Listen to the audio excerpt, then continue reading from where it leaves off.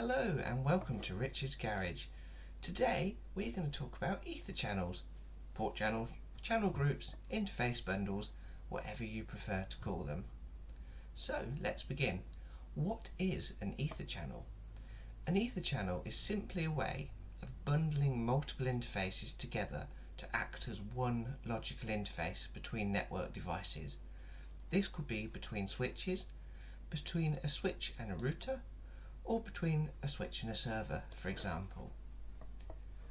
Why might you want to configure an ether channel? There are two primary reasons why you might want to do this. The first is to aggregate bandwidth. Increase the bandwidth of a link.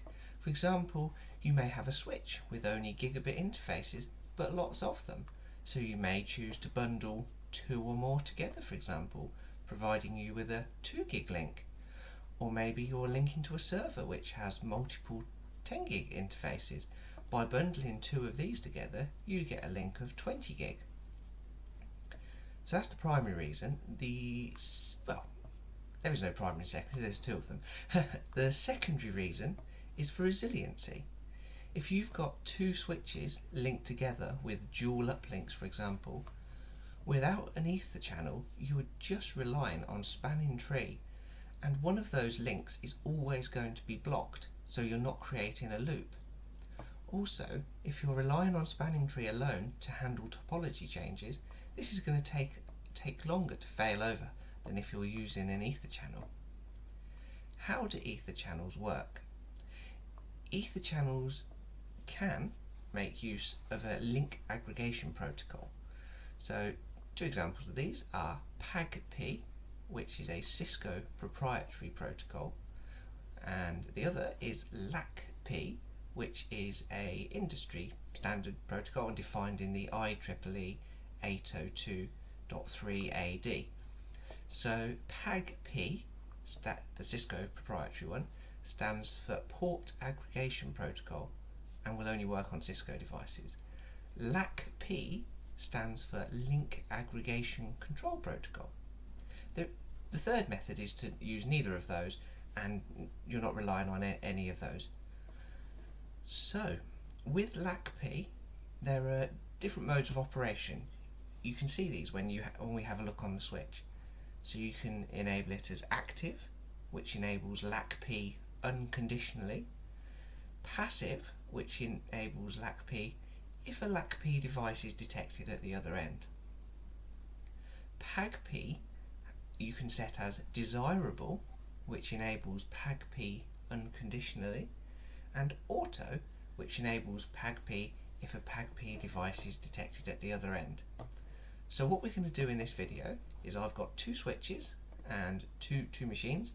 So at this moment in time, those two switches are linked together with dual links, but we're relying on a spanning tree, so we'll take a look at that, and we will convert that to an ether channel and do a little bit of testing.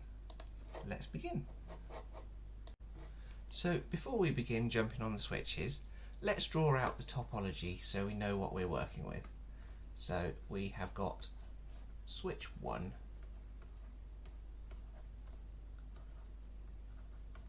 and on there we have got a PC plugged in. We've then got switch 2. So switch 2. And we've also got a PC plugged into there. And between these two switches we have got two links. So I'm going to confirm the IP addresses of these devices and where they're plugged in. So this device here is 192.168.10.208. Oh, something's gone a bit funny there. There we go. And this device is 192.168.10.251. So at this moment in time, we've got interface 7 and 8, and then we've got 7 and 8 again. And one of these will be blocked due to spanning tree, but the other will be passing traffic. So let's get onto those switches. Right, so what we've got here is a connection to switch 1, connection to switch 2, and we've also got command prompt there. So I'm just going to verify comms from one machine to the other. So I'm coming from 208, I'm just going to get to 251. That's great, we've got those comms there. So let's have a look at these two switches here. So if we have a look at VLANs we've got on here. So VLAN 20 is what we're interested in, which is the DevLAN. And the interfaces that are going between the switches are 7 and 8. So if we just do a quick show run int on those.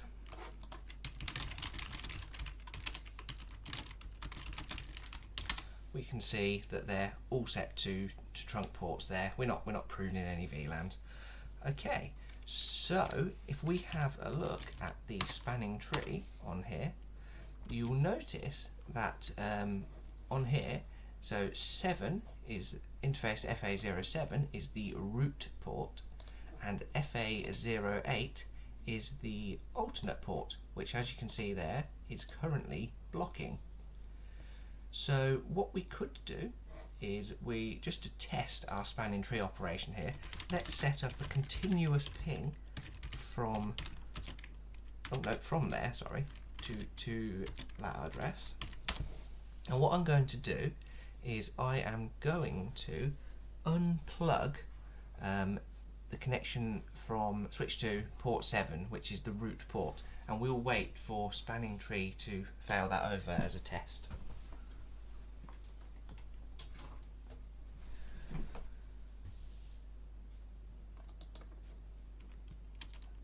Okay, let's have a look, see what we've got. There we go. 8 is now forwarding, and we didn't lose any packets. Excellent. So let's plug that back in.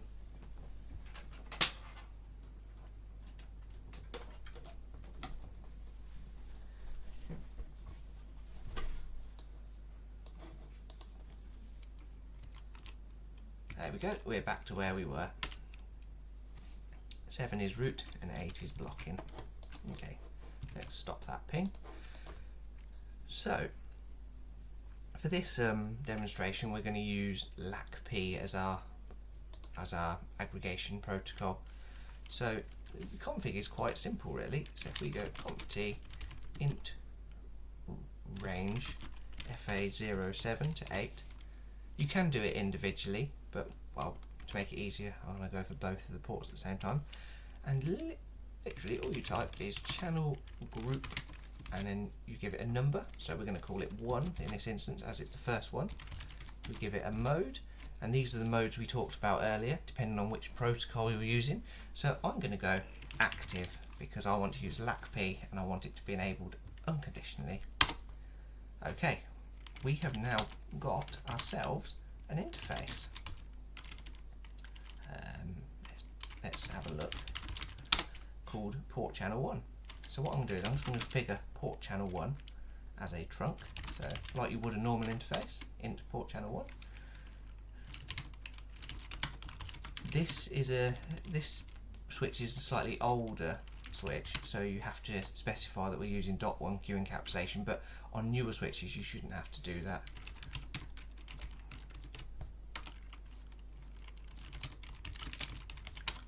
There we go. So if we have a look at show run int PO1, we've configured it as a trunk. Excellent. And also if we have a look at interface 7 and interface 8, we will see on there that we've got a channel group 1 mode active. So really helpful command in troubleshooting port channels is show EtherChannel summary. So what we can see here is we've got channel group 1 designated as PO1, and at this very moment in time we can see we're using LACP protocol. However, the interfaces here are not showing as bundled in the port channel, which is what we want to see. So let's jump over to our other switch and we'll go conft int range FA07 7 to 8, and we'll go channel group 1 mode. Just a word of note, the number here doesn't have to match at each end. So say for example you had a core switch that got like 20 port channels on it, you could have port channels 1 to 20, and then you could have channel group 1 on all of your field switches. That's one way of doing it. Or I have actually seen it done where people have, for example on a core switch, gone from port channel 1 to 20, but then to make it easier to troubleshoot, they have then replicated that number on that field switch. So if you're on the core and you know that port channel 20 goes to, I don't know, switch 20, but it's personal preference how you do it. So channel group 1 mode, I'm going to go for active again, I think. There we go. Okay. Now what we need to do is just go int PO1 switch port trunk encapsulation .1q switch port mode trunk. So once again we have got ourselves a port channel interface, which we can see here as up. We can have a look at the config in there, excellent. We can have a look at the config in 7 and 8, and we can check the status of our EtherChannel. Well, would you look at that?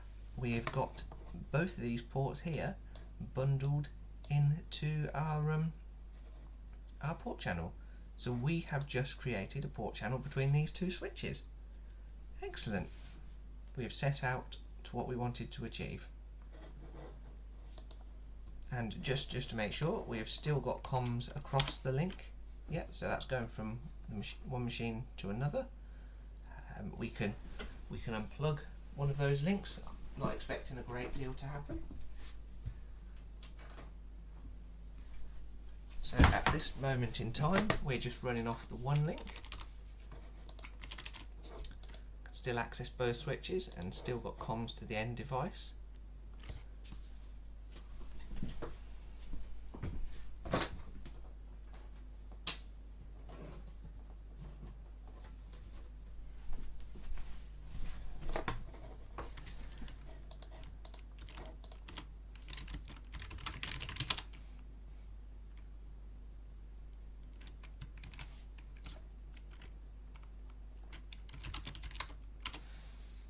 And if we just have a look at spanning tree here on each end, we can see that we now no longer have that blocked port.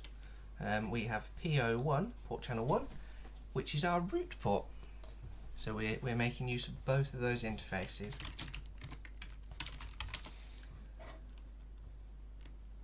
Okay, brilliant. Well, thank you for watching. If you enjoyed the video, hit the like button, and if you'd like to stay tuned for future videos, please feel free to subscribe, and I'll see you on the next one. Thank you very much.